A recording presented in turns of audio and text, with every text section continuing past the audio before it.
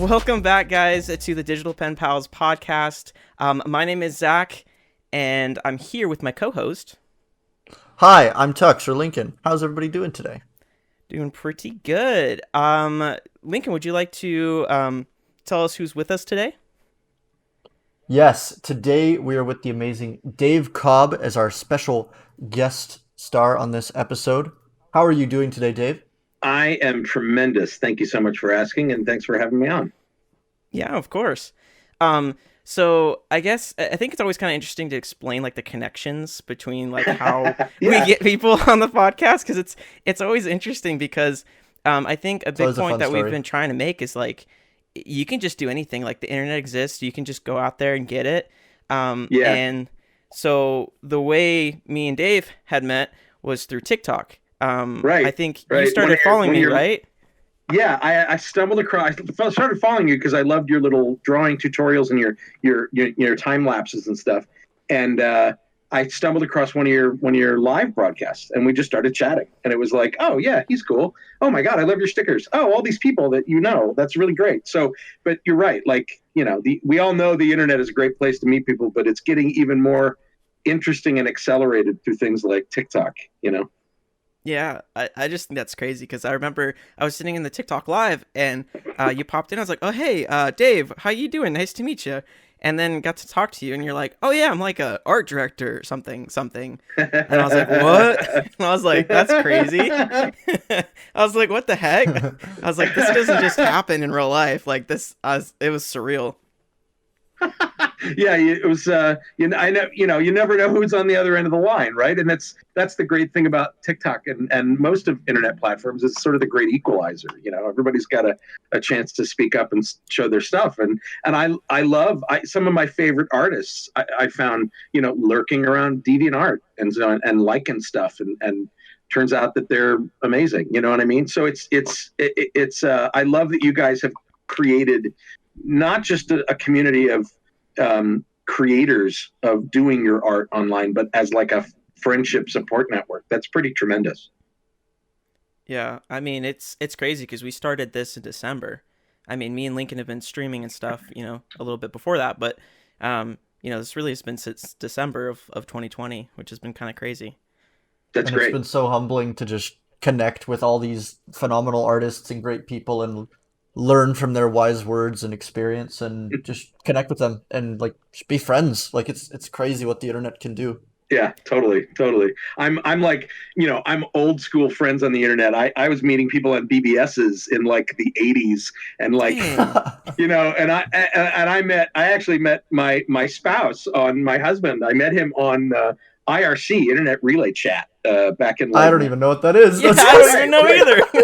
I don't, and I don't think you guys were even born yet. It was 1995 that we met. Oh, I was So, born in I think Zach was 1994. alive. 94. So you were a little Yeah, baby. just And barely. yeah, Barely yeah. existed. So I'm old school, cranky 51-year-old Gen Xer going, get off my lawn, internet. I've been doing this forever. So Wow, that's crazy. Oh, and before we get too far, can you let everybody know what you do? What's your yeah. thing? Tell Yeah. everybody how great you are. Brag about Yes. yourself. It's a bragcast. That's all right. That's a great hashtag. Hashtag bragcast. I like that. So I am what I call loosely call an experience designer, and a lot of people think that means web, like UX UI, but it's not that.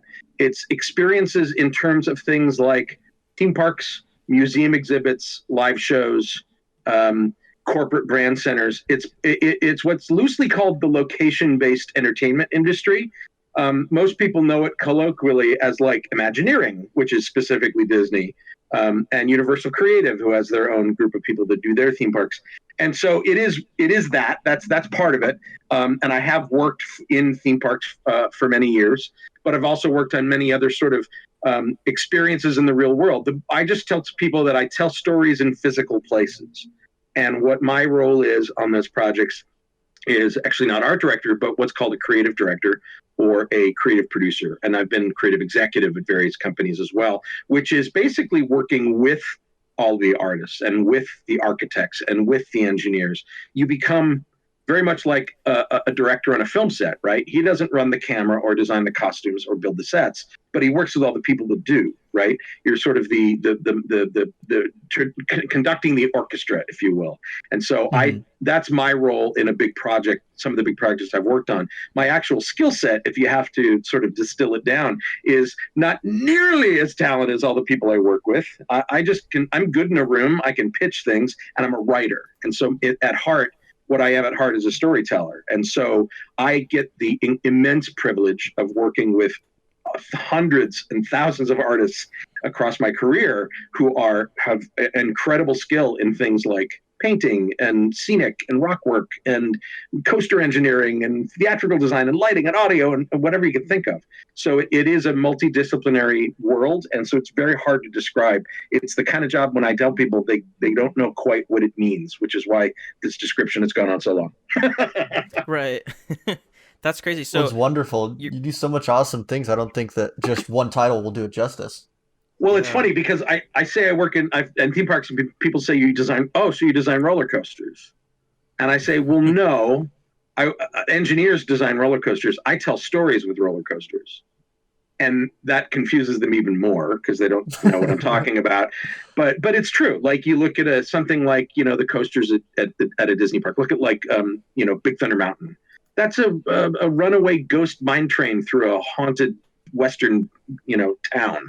It has tenets of story. But then you also look at Disney rides like Haunted Mansion and Pirates of the Caribbean and all those things, and those are basically stories. And even the ones that retell the stories you already know, like the Fantasyland, what we call book report rides.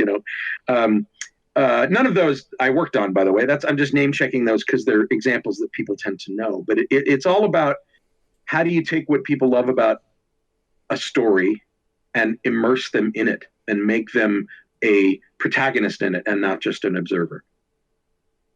Wow, that's interesting. So I would say, like, at least my summarize, like, from what synopsis of what because I've read online too on your about me page, and basically the synopsis I kind of came up with was like at least like some sort of bridge, like you're kind of like the glue that keeps all the different departments corresponding to the same vision of what the experience is going to be like for people.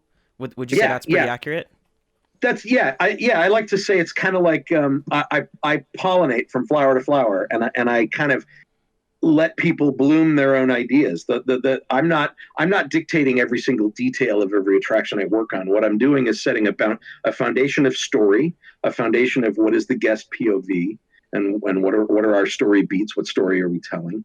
A lot of times that's related to intellectual property or a known movie or cartoon or something that and what kind of experience we want to do. Is it a thrill? Is it a family ride? Is it a show? Is it a museum exhibit?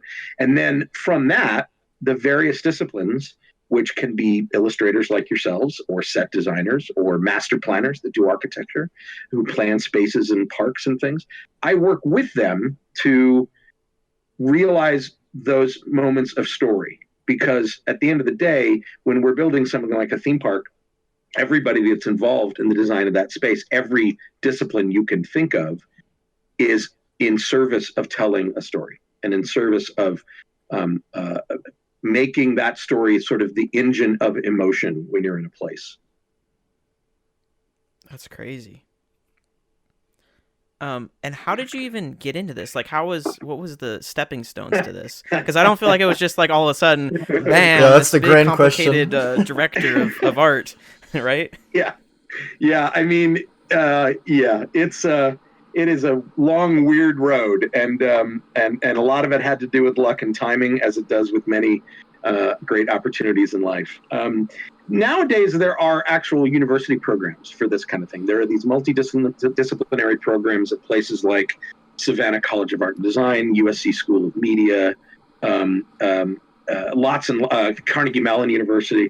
A lot of them feed right into companies like Universal and Disney and Imagineering.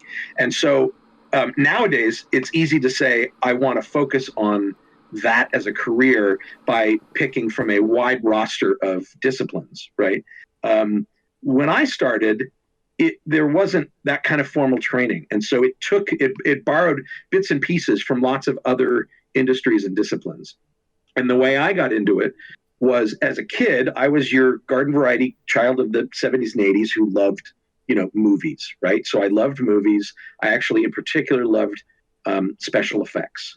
I thought when I was going to go to film school, and when I was finished, I wanted to work in special effects production, like miniatures and models and motion control cameras and stuff, And I collected like Starlog and Cinefex magazine, and I just immersed myself in that. And growing up in LA, it was easy to think, oh yeah, I can get into that industry here. It was something available, And on the other track that was part of that growing up was a theater kid. I was one of the theater nerds. And so I did theater in elementary and junior high and high school, and was in productions and worked backstage, and loved that as well, right? Which lends itself a little bit to the actual physical production of film. So I thought somewhere in entertainment, right?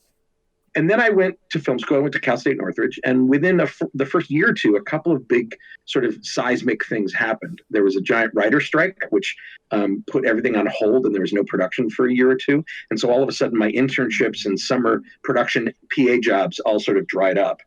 And the other thing that happened was movies like The Abyss and Terminator 2 and Jurassic Park came out, and all of a sudden, computer graphics were taking over.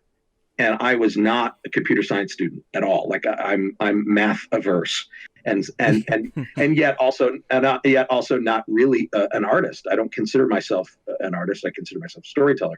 So I had a sidetrack in college of writing, screenwriting. So I kept on that, but I went back to my sort of summer and holiday day job. At the time, was working as a tour guide at Universal Studios here in Hollywood. And so I sat on the trams and I gave the tours, and it burgeoned into a huge theme park in the time that I was there.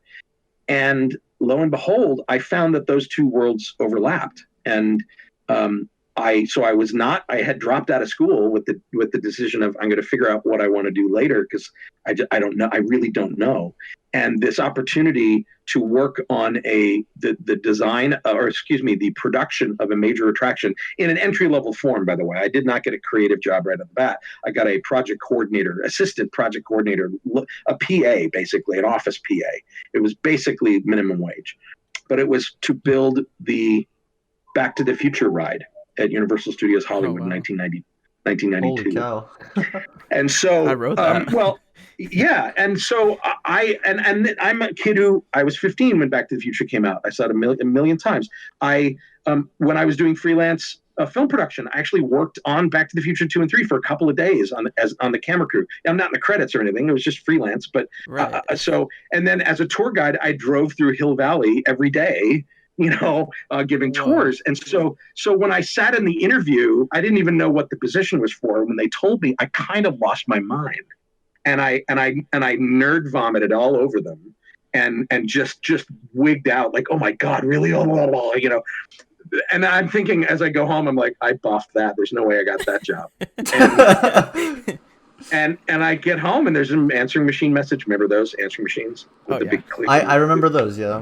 So there's an answering machine message waiting for me that I got the job. And so I very quickly got a crash course in nothing in the ground to opening day of a major physical attraction in the real world. And I was incredibly lucky to get something of that stature. And the good thing is it had already been built in Florida once, so they were just repeating it. It was not starting from zero. And so I learned a lot, and I had very encouraging mentors, and finished that job. And I was like, oh my God, I got to keep doing this. How do I keep doing this? And I didn't even know this existed. That's crazy. There is a funny story though that like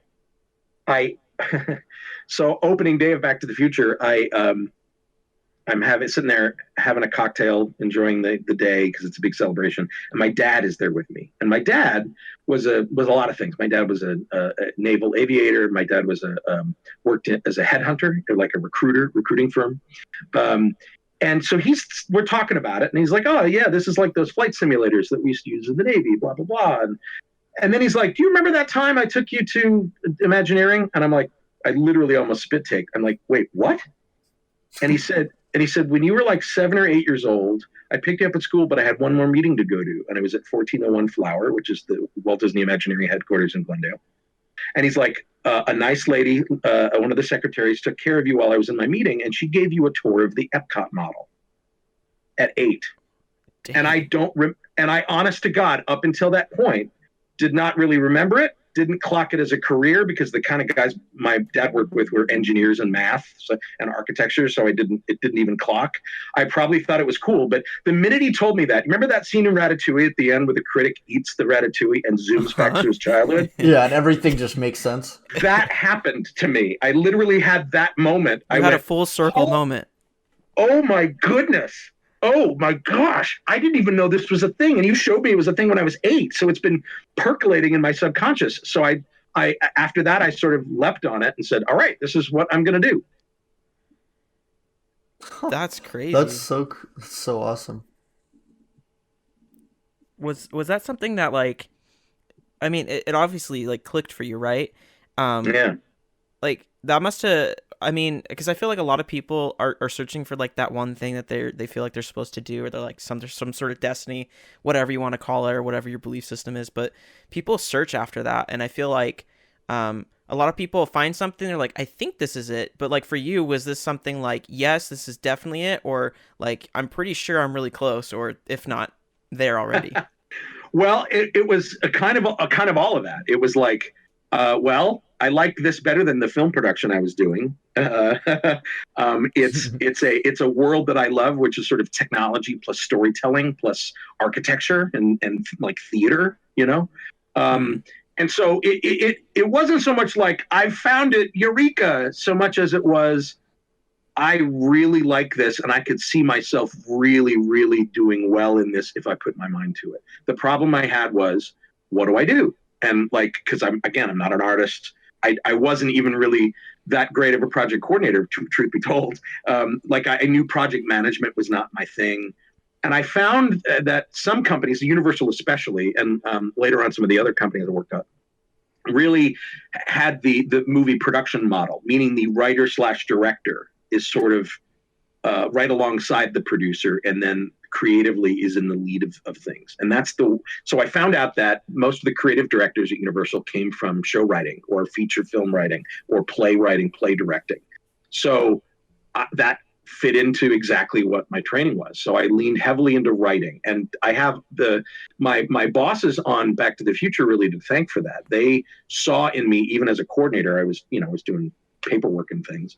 They saw in me that I had some writing skills. So they started to ask me to do little things. So they're like, hey, we need some signage that looks like it's, the ride safety signage, but we want it to sound like it's coming from Doc Brown. Can you write that? And I'm like, yes, I can get in the mind of Doc Brown. I've watched that movie a million times.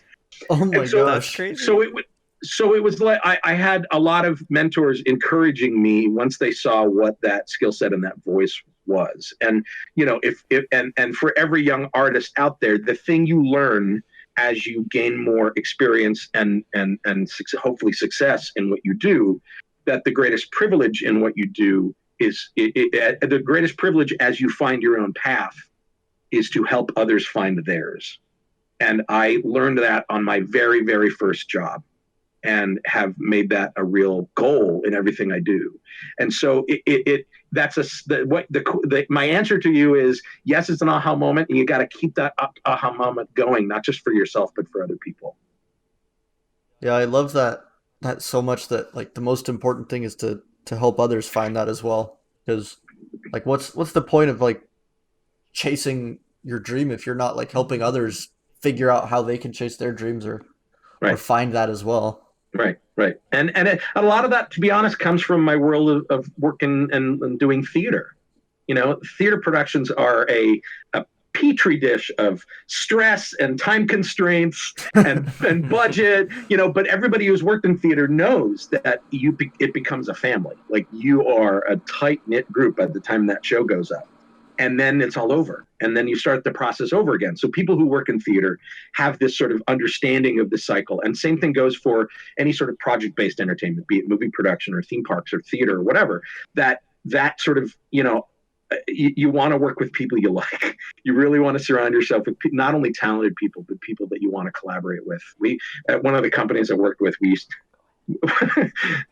we had a strict no a-hole policy, right? Like you got to be you got to be nice. You just got to be kind, you know. And I think that was when I started to realize I could write and screenwrite and not only be a really good writer, but but know how to pitch, right, and how to pitch an idea.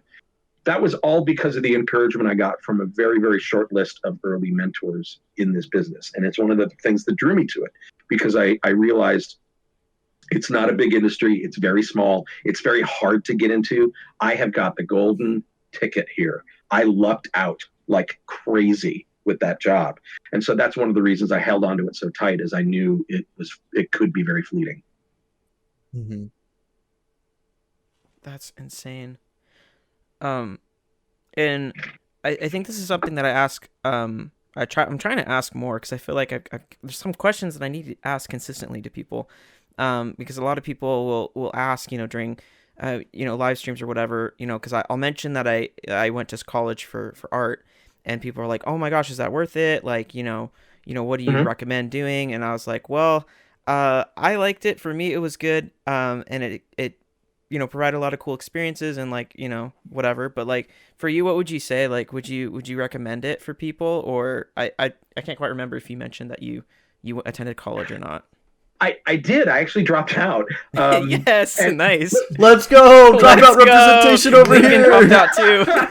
I'm a dropout as well because Yeah, of the pandemic. and I don't think there's a one answer or the other. I think the for years, especially my generation and past, were really sold the idea that you could not make a living, you would not be anybody unless you had a college degree, and we all know that's exquisite BS, right? Like, Mhm. Yes. we all know You could say that that now, again. and don't buy into that. What college is for is, if you find it challenging in a positive way, it's about expanding your skill set and expanding your personal value in a professional world and in a personal world. Like some of the artists I work with, right, are fine artists who, yes, went to art school, but they got they got either a minor or later got a master's in like anthropology, right? So it makes their designs authentic, and they understand how to tell a story through a set that's supposed to be 500 years old. You know what I mean, or something like it's there's so many different talents that you can bring to the table, and if school is right for you, stay on it. And like I had a lot of students reach out to me last year who were just getting out of school. And in our business, we do a lot of internships.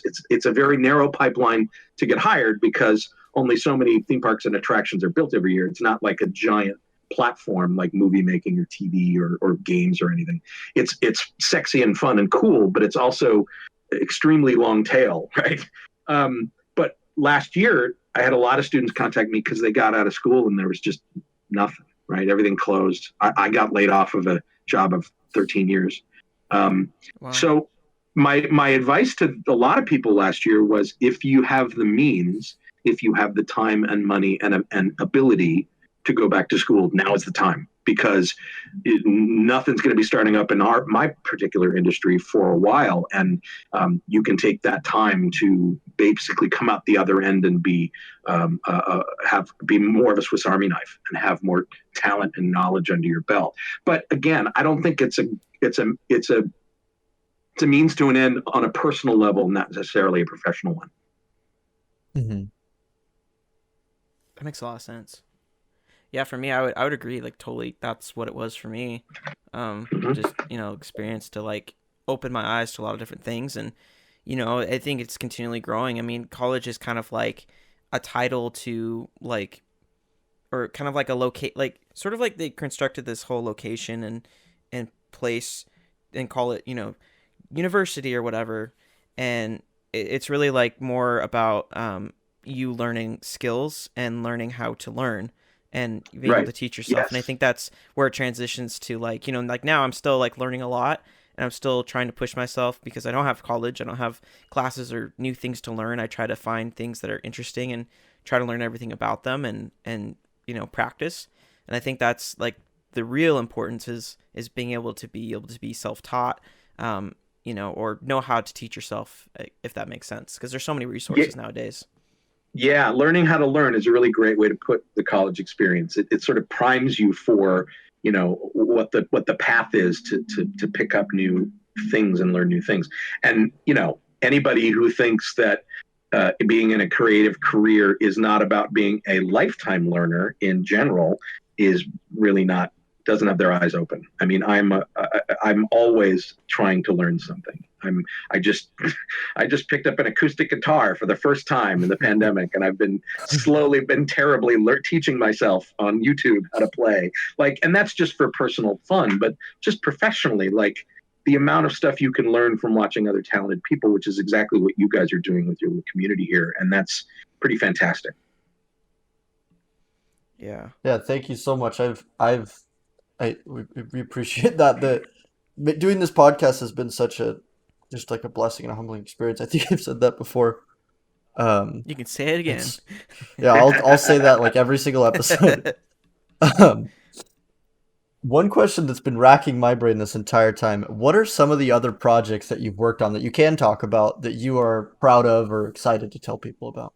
Sure. Well, one of the ones I was most known for, and it was kind of my first big break. I had worked on a lot of attractions on at a lower level as a show writer, starting as a coordinator, then a show writer, through the 90s. But my first big gig was being hired by Universal to lead the design for the Men in Black ride at Universal Orlando, which was super cool and one of the first fully interactive, video game style rides, based on such a great movie. And there was a lot of amazing things about it. One of the most amazing things is it was actually like a fast tracked project, which is how I got the job. In that so that attraction opened in 2000.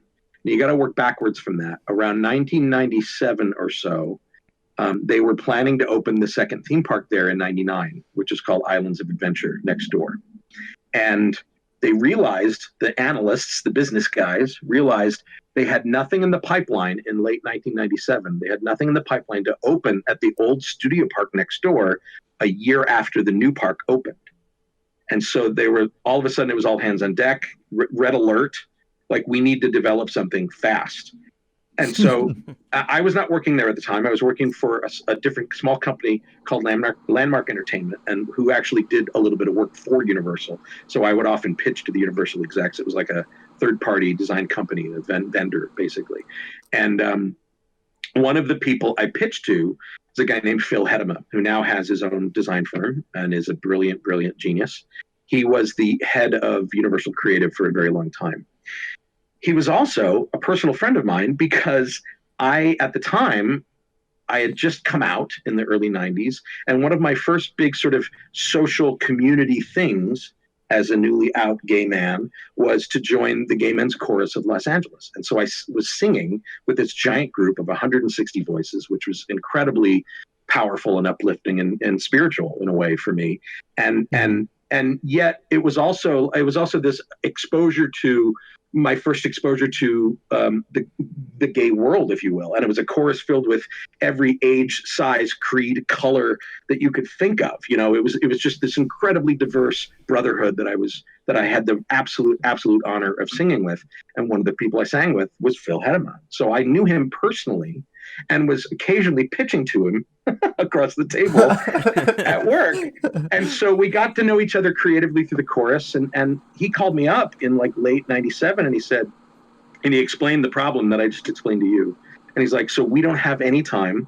And at the time, this is like late 97, there were a lot of projects in the pipeline at every company. Like Disney was doing California Adventure, Animal Kingdom, Tokyo Disney Sea, Disney Studios Paris. Universal was doing Universal Japan, Islands of Adventure. Like there was so much going on that the industry was fairly strapped. It was a boom. There was a little boomlet in the late 90s of theme park development and construction.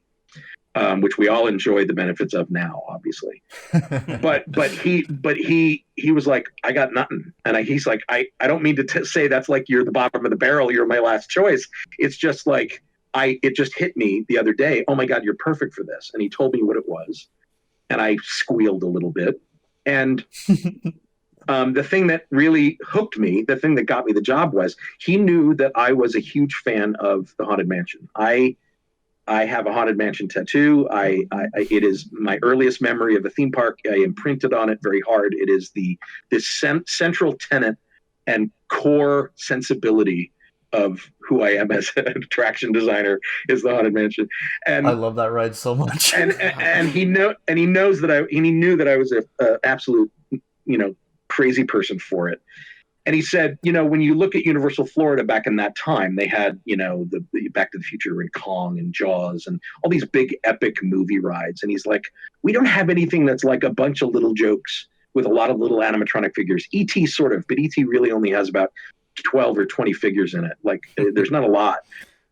He's like, we need something, because if you know the Haunted Mansion, there's a guy named Mark Davis who's a famous Imagineer. He designed all of those little gags, all the little vignettes of the ghost doing funny things, right? And it's that fine line between funny and scary. And so Phil literally said, I want this to be Universal's Haunted Mansion in a way, like lots of detail, lots of figures, lots of humor, in addition to sort of spooky scary. And my heart just grew 3 sizes. I'm like, yes, I can't say yes fast enough. And so I got that opportunity to do that. Now, the challenge was it had to be completely designed from nothing on paper to opening day in 28 months. Wow. and to give a comparison, what's the normal amount of time, or the usual amount of time for an attraction? An attraction like that will probably take 4 to 5 years. Holy cow. Oh no. So we were fast-tracked like crazy. But again, I didn't know any better. I was faking it till I make it. I was making it. Put a smile on and you said, first time, baby. Right. Exactly. I will do it. Exactly. Yeah. Fake it till you make it. And so I was thrown to the wolves in that project, but I had a lot of great support, just like I did on other projects, and had a great team.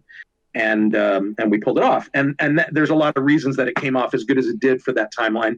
Part of it is we didn't really R&D anything new. All the stuff in there is stuff that you can see in other attractions. The ride vehicle is actually a reskinned version of the vehicle that's over at the Cat in the Hat ride at IOA, because we knew we couldn't design a whole new vehicle. We had to start with something that we knew as a known commodity.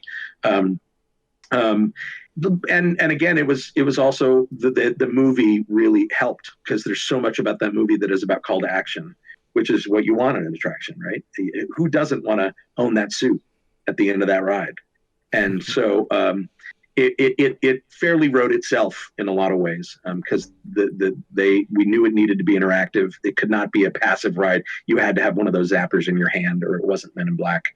It had to have tons of aliens, some of them funny, some of them scary, because that's what Men in Black is. It had to have Will Smith and Rip Torn cracking wise and making you laugh, because that's Men in Black. And so it really did. It really fired on all cylinders for us, because we were so excited by the property, so excited by the idea of casting guests in that role of being an agent. It really was a fun proposition. And it turned 20 years old last April of 2020. I had a trip planned to go there and meet up with my team and celebrate the ride, and of course all that went away. And so I did a live stream on my YouTube. People can go see if they want. I had some of the people that designed some of the attraction on with me. One of the guys that designed like a bunch of the aliens and the vehicles and the guns, you might know him. He's an artist named Neville Page. He's one of the guest judges on Face Off, the makeup competition show. Oh, no way. So he designed like the Cloverfield monster and all the new Star Trek monsters and the Avatar awesome. and the Avatar creatures and the Tron helmets and suits, and like he's Holy. but he didn't do any of that. When I hired him, he was a new guy. Right. And so he did all of our aliens and the ride vehicle and guns. I had him on. So we got to celebrate it a little bit, but I looked at the calendar this year, and I'm super happy to say that I'm going to be fully vaccinated in another 2 weeks. And so I planned a trip that week. It's the exact same week. April 14th is the day it opened, and I'm going to go, because the ride is 21 this year. It is of legal drinking age. So I'm going to go. So I'm going to go drinking around the park and ride the ride in celebration. So Wow. my first trip out of COVID is to go see my old baby and say hi. It really is your first child then, huh? Yeah, yeah. And you know what? It's funny. I don't want to grandstand about it. No one should think that I'm like the guy who designed that whole thing. There were hundreds of people, thousands of people involved in the creation of that attraction because it is a collaborative art form in the same way that movies and theater are. But there's another aspect to it, and that is the guests. Much like after an author is finished with a book or a director's finished with a movie, it's kind of not yours anymore. It belongs to the audience. And the great thing about a theme park is I can go watch people enjoy it. And I've often gone to the park and just gotten a popcorn, sat on a park bench near the exit, and just watch people coming off. Because it's the greatest feeling in the world. It That's a is super rare like experience to have. it's very rare, and it is in a lot of ways. It's like sending your kid off to college because then they're not your little baby anymore, and they're going to be their own person. And the fact that the attraction has gotten this far, 20 years, is crazy because Universal is a park that regularly tears things out to put in new stuff. So I was gonna say, I was like, is this still around? Huh. Yeah. So I'm tremendously grateful that it's still around. And like last year during the sort of 20th, I found an old box of videotapes, and so over the last year, I've been posting photos and videos. It's hashtag MIB Alien Attack 20 YRS 20 years. And so I posted a bunch of stuff. I just posted a couple things today, actually. You guys can go check out. It's like a picture of me and Rip Torn on the set of the pre-show that I unearthed as I'm cleaning out closets during the pandemic. And some of the people that reached out to me during the 20th year, there's a great Facebook group called MIB 900 Club, and they're all local folks. Some of them not local, some of them travel from out of state and out of country. There's about 3,000 people in this Facebook group, and they all share tips and tricks to get a high score. And so the goal of the reason it's called 900 Club is getting over 900,000 or maxing out the ride at 999,999. It does not roll over. It stays there. And everybody there can do it. I can't anymore because I'm rusty as hell.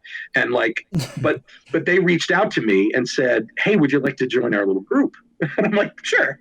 And everybody there sort of flipped out. And I'm like, calm down. I'm a mere mortal. It's okay.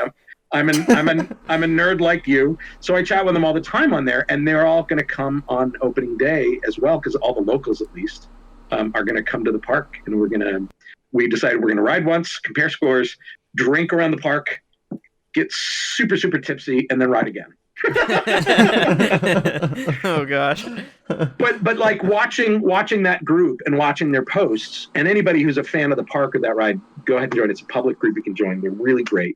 But the thing I like about it the most is it's this fun little, fun competition. It's friendly competition of people sharing techniques, but also like, hey, look what I got today, But then seeing families, like local Orlando families who are pass holders, seeing them make that attraction their little ritual. Like it's the first thing they go to when they come to the park, and it's the last thing they do before they leave. And they post their scores, and they post here's my 8-year-old, and she's gotten better and better, and she finally maxed out today. That posts like that. Like I get teary-eyed. It's like, because it's not for me, but the fact that the attraction has garnered that kind of love from its audience, that it has transcended being just an e-ticket attraction and a theme park to a family tradition. And not many people get that privilege in their career. So I'm absolutely gobsmacked that happened. Yeah, that's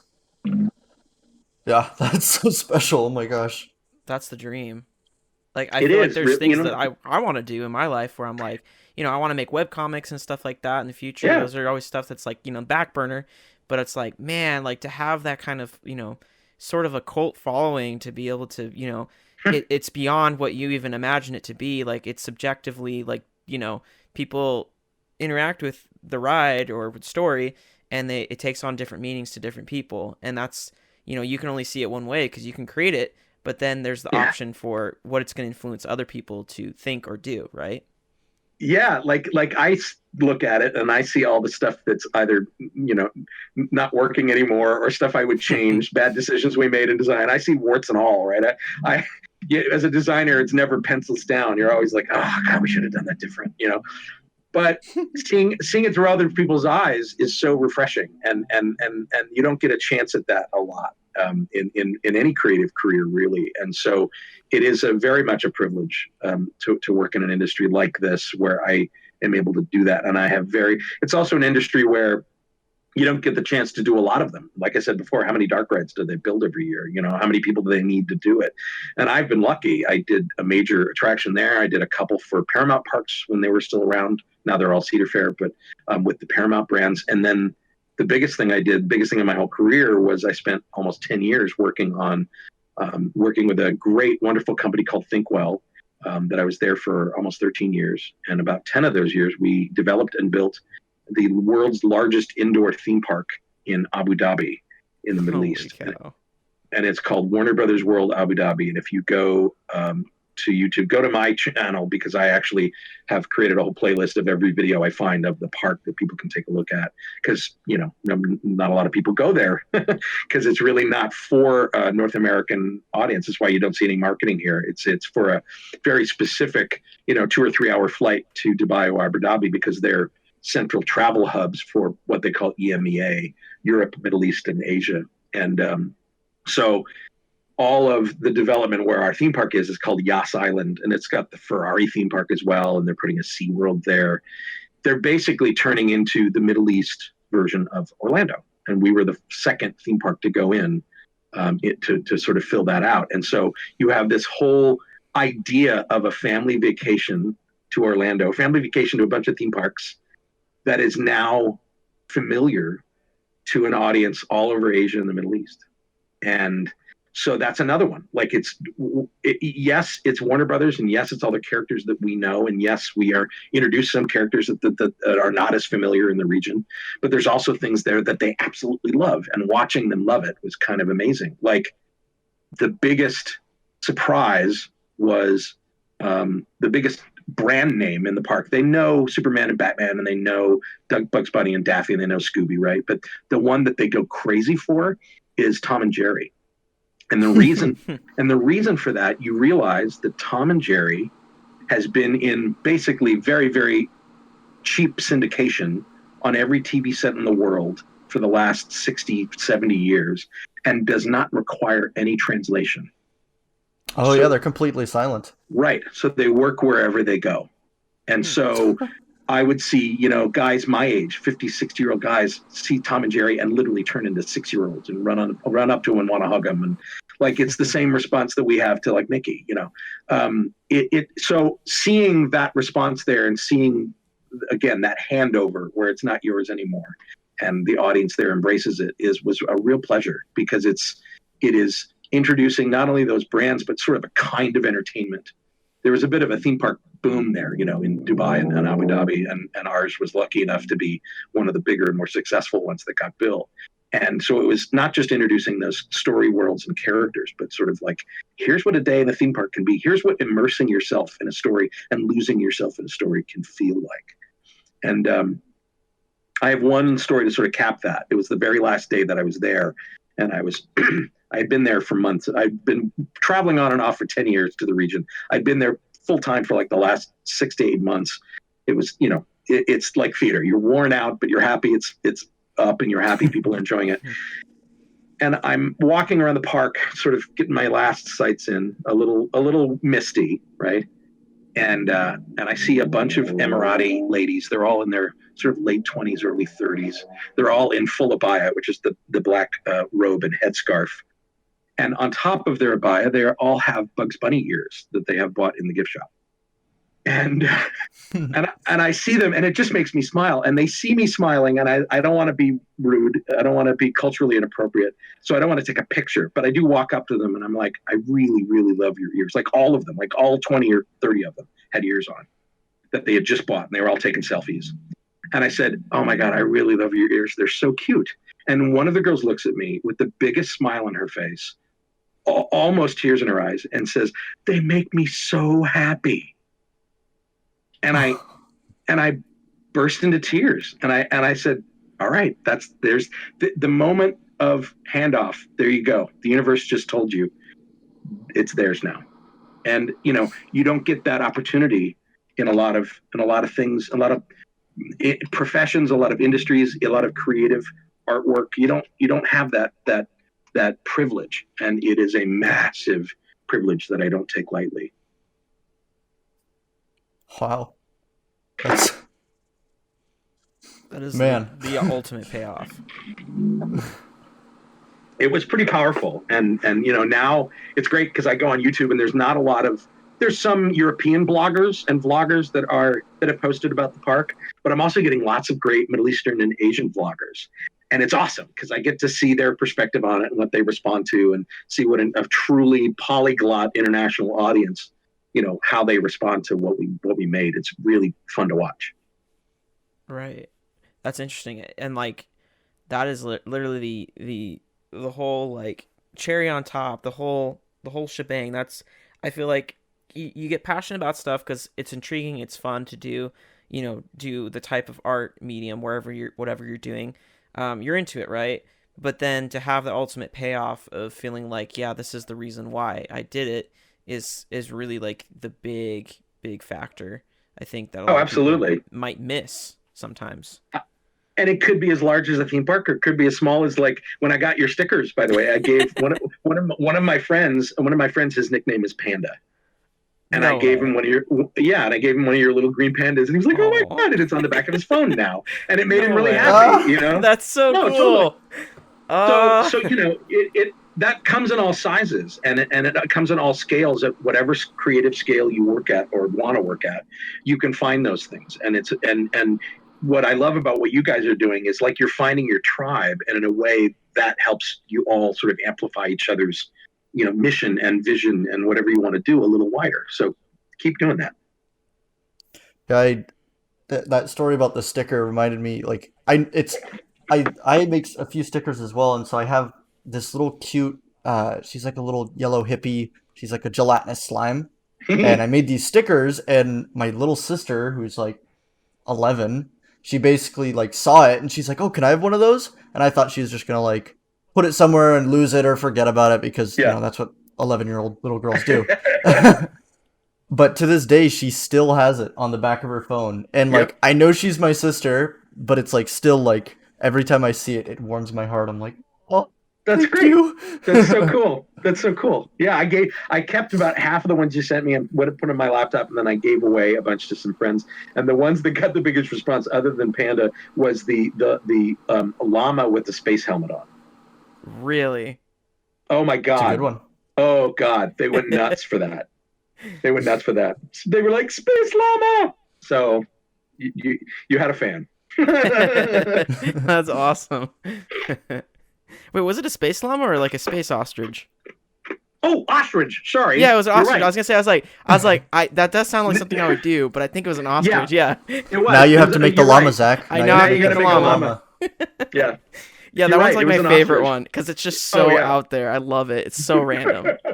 Right. Well, hey, ostriches got to explore too. So yeah, good for them.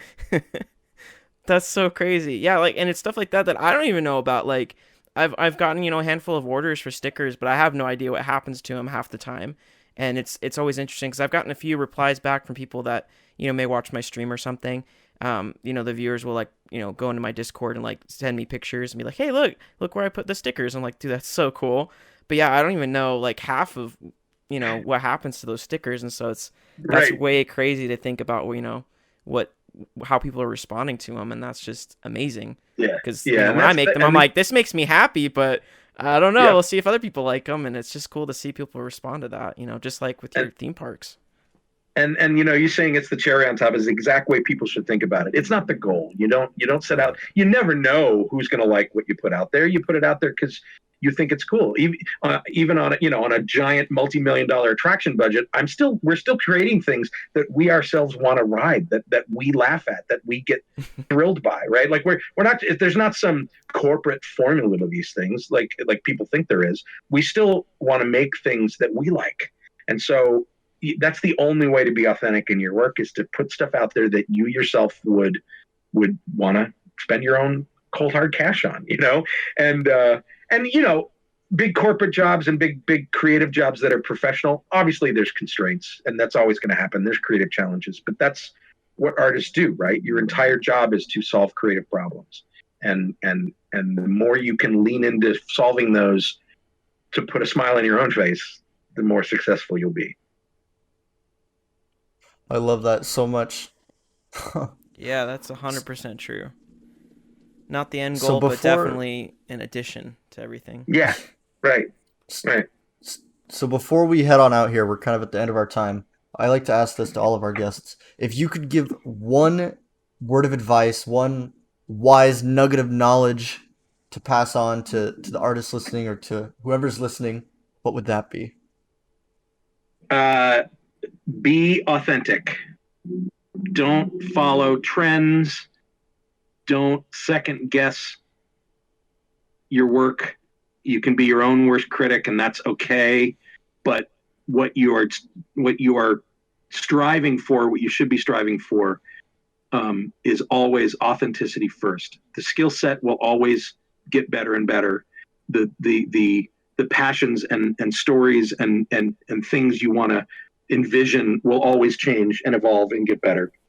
The thing that is you at the center is what drives all that. So you have to start with authenticity. Be you first.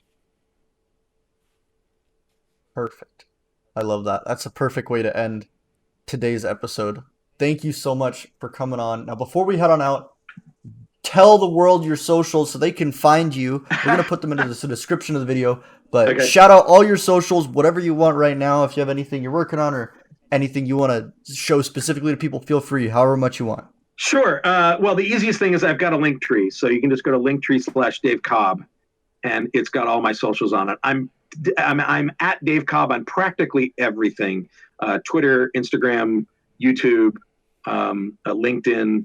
I'm not on TikTok. No, I couldn't get Dave Cobb on TikTok. I am E_ticket at on TikTok. E-ticket was one of my old online handles back in the 80s and 90s because I was a big theme park nerd back then. So, it relates to you may not know this, but Disneyland used to have A through E tickets, and E-tickets were the best rides. Like Space Mountain was an E-ticket, and the carriages, the horse-drawn carriages on Main Street were like an A or B ticket, So it's like, that was my handle for a long time. So it's my TikTok. But again, Linktree has all of those, and folks can feel free to add me, reach out anytime. I'm always available for DMs or questions or looking at stuff, and I'm always happy to give feedback. I'm very active online. I try to be as open as possible, so feel free to reach out. Perfect.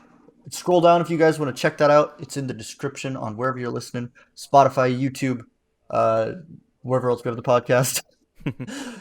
So send us out, Zach. Yeah. Thank you so much, Dave, for joining us. It was really awesome to get to know you even more and to kind of pick your brain a little bit and figure out your experiences. I know it helps a lot of people. This has been Digital Pen Pals, and stay tuned for next week. We will be pumping out some more podcasts with more interviews with amazing artists. So thank you again, More guys, awesome so much, guests. and we'll catch you next week. Later. Bye.